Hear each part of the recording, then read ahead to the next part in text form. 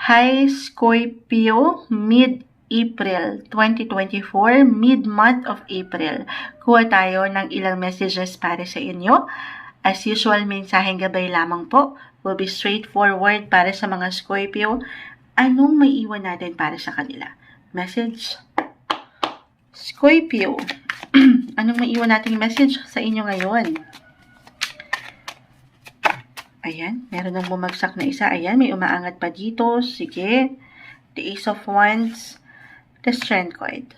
Both are in reverse. Ito, hindi kailangan laliman. Actually, maybe this is a sign. Excuse me po, medyo inaano tayo, no? Kasi kanina pa tayo nagsasalita.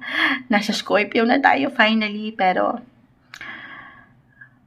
eto, hindi po isang medical, professional health advisor ang Moonchild. Sa mas practical, kita nyo naman the Strength card. This one is in reverse. Kung meron kayong medyo nagiging imbalance ang inyong pakiramdam, physically, or mentally, emotionally, this is a sign marahil para sa ilan sa inyo na bigyan ng higit na prioridad at focus ang inyong pakiramdam, kalusugan. Okay, magpalakas. Marahil isang indikasyon ito, lalo pa with Ace of Wands. Marahil ang ilan sa inyo ay higit na nagiging productive or busy sa ilang trabaho, gawain, responsibilidad, proyekto, kliyente. Ayan, tayo po ay general reading. Just only take what resonate. Pero kung sobrang busy ng buhay, na sobra-sobra yung iniaalay nyo ng enerhiya sa inyong buhay paggawa, especially, na napakaganda dahil blessing yan. Yung blessing of work, umaangat pa rin po dito. But at the same time, napakaganda rin ng pagkakataon na ito, mid-April, Scorpio, na mag-invest rin kayo ng enerhiya na pwede nyo ibigay sa inyong mga sarili. Deserve nyo yan. Alagaan din ng sarili. Parang message din kay Moonchild. Idamay nyo si Moonchild. Sa mas practical, pagdating sa inyong mga health diet plans, ayan, kung meron kayong ilang fitness goal, why not? Idamay nyo na si Moonchild.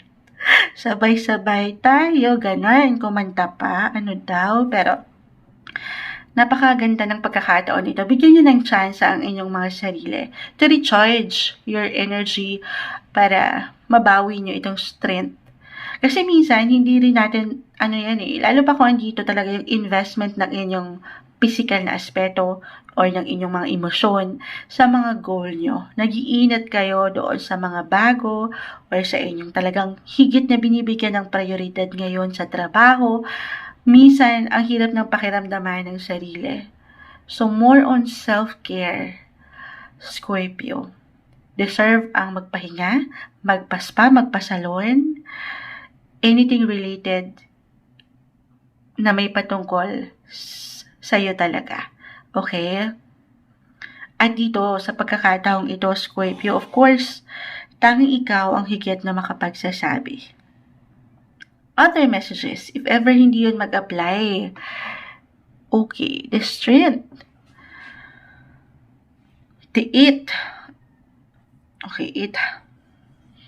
And the Ace of Wands. Bago. So, ito na naman tayo. Kung nakapakinig kayo sa ilang aking binasahan nung una, meron akong naalala sa dami na Kumbaga, you're out with the old na At dito na kayo sa mga new beginnings, new priorities, new projects, sabi ko nga. But at the same time, maaring ang ilan sa inyo, lalo pa kung meron kayong, hindi kailangan laliman, meron kayong hindi natatapos pa sa nakalipas, sa nakaraan.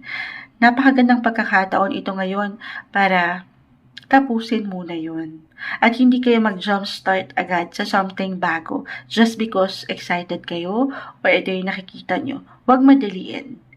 Isa-isa lang. Okay? Huwag kayo masyadong magpadala sa inyong pakiramdam. Napakahalaga. Totoo naman yun that you should always know your business.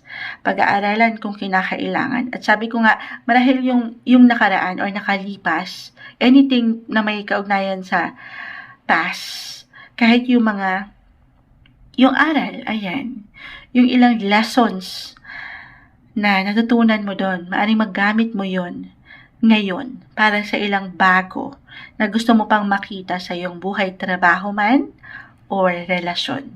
Para sa inyo ngayong mid-April 2024, Scorpio.